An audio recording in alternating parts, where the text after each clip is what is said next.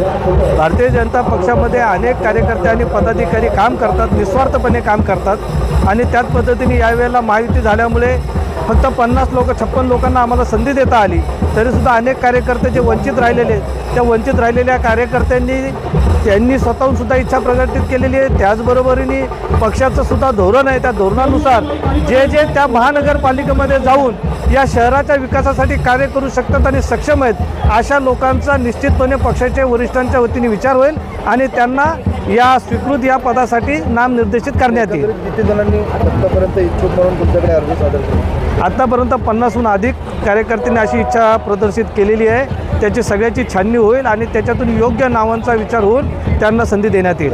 कसं आहे की अजून तसा काही निर्णय झालेला नाही, तशी चर्चा सुरू आहे।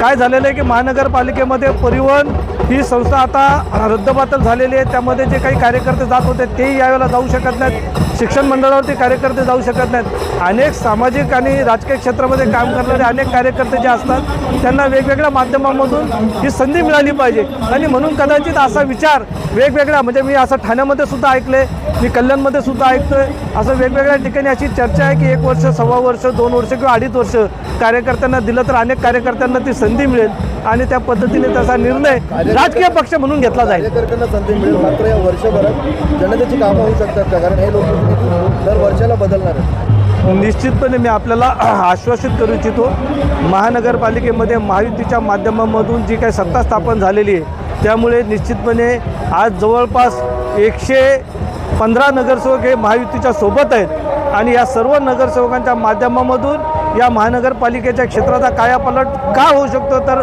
केंद्रामध्ये महायुतीचं सरकार आहे, NDAचं सरकार आहे, राज्यामध्ये महायुतीचं सरकार आहे आणि महापालिकेतसुद्धा महायुतीचं सरकार आहे। सर्व बाजूने ज्यावेळेला महापालिकेमध्ये महायुतीचं सरकार आहे त्यावेळेला आपल्याला निश्चितपणे अनेक रखडलेले प्रकल्प हे गतीने पूर्णत्वास जातील। या 5 वर्षात या महानगरपालिकेचा चेहरा मोहरा बदललेलं आपल्याला पाहायला मिळेल। इच्छुक तर भरपूर आहेत, जो काम करतो 20-20, 25-25 वर्ष त्याची इच्छा असते, त्यामुळे स्वीकृत सदस्यासाठी किंवा स्टँडिंगला जाण्यासाठी स्टँडिंग कमिटीमध्ये सदस्य होण्यासाठी खूपच इच्छुक आहेत।